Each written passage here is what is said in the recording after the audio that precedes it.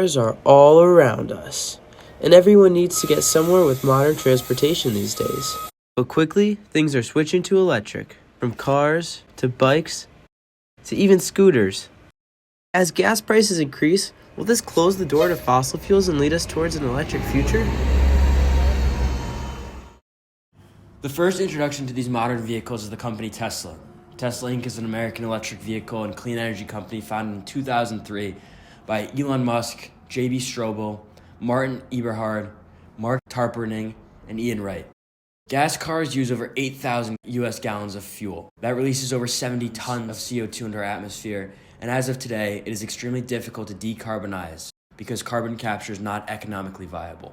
Electric cars release around 70 milliwatts of electricity per charge and 30 tons of CO2 released into the atmosphere. It is possible to decarbonize production and lifetime use with well-established technologies later on down the road. Although there are some initial disadvantages of an electric car, including finding charging stations, charging times, higher initial cost, limited driving range, and battery packs, there are many upsides as well.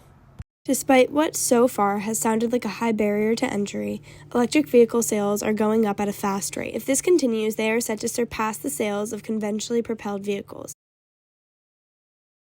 Companies besides Tesla have electric vehicle and hybrid options, which in some cases sell better commercially than Tesla's flagship models. Take a car like the 2023 Chevy Bolt, rated the number 2 best electric vehicle by U.S. News and World Report, with MSRP of $25,600 to $28,800.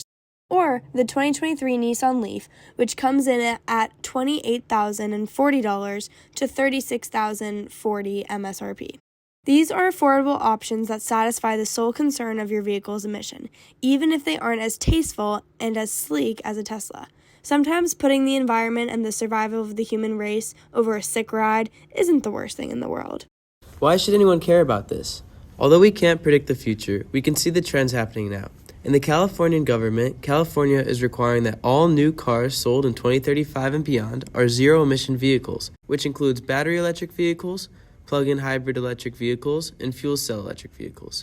They aren't getting rid of the old vehicles, but still, those have a mileage expiration date too. Right now, Tesla is pretty expensive for the average American household, with the Tesla Model 3 coming in at an entry price of $42,990.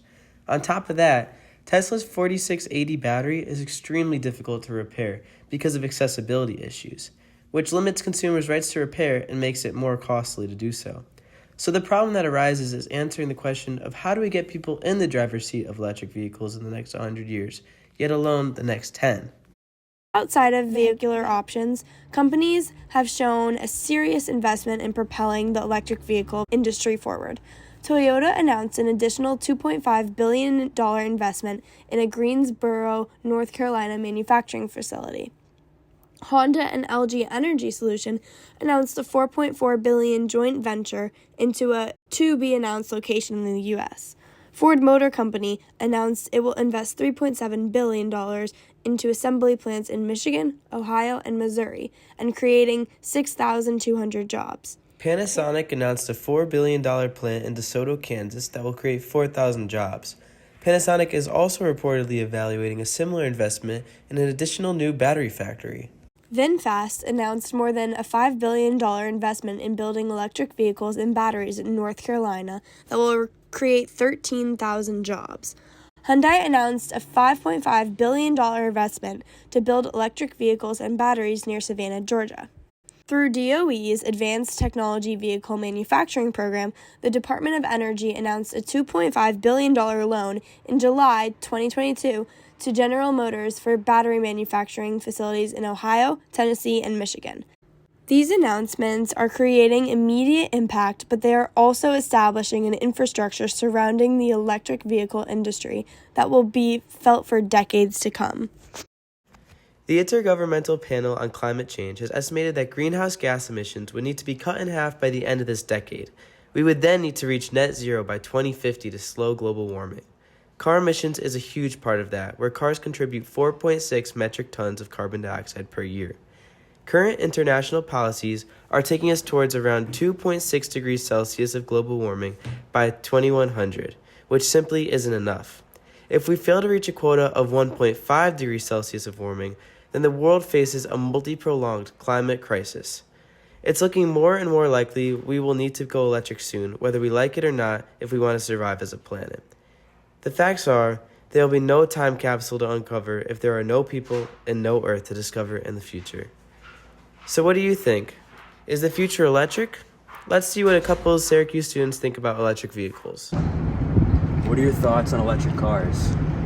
I mean, I think they're cool. I just don't really think they're needed. I think they're just try and be cool just because they're electric. But I think they're just kind of doing too much. So, How do you feel about electric cars? I love them. I'm from California. I love Elon Musk. They're great. They're great for the environment. Teslas are sick. The Priuses are sick. Chevy Volts are sick. Anything with the battery, I love.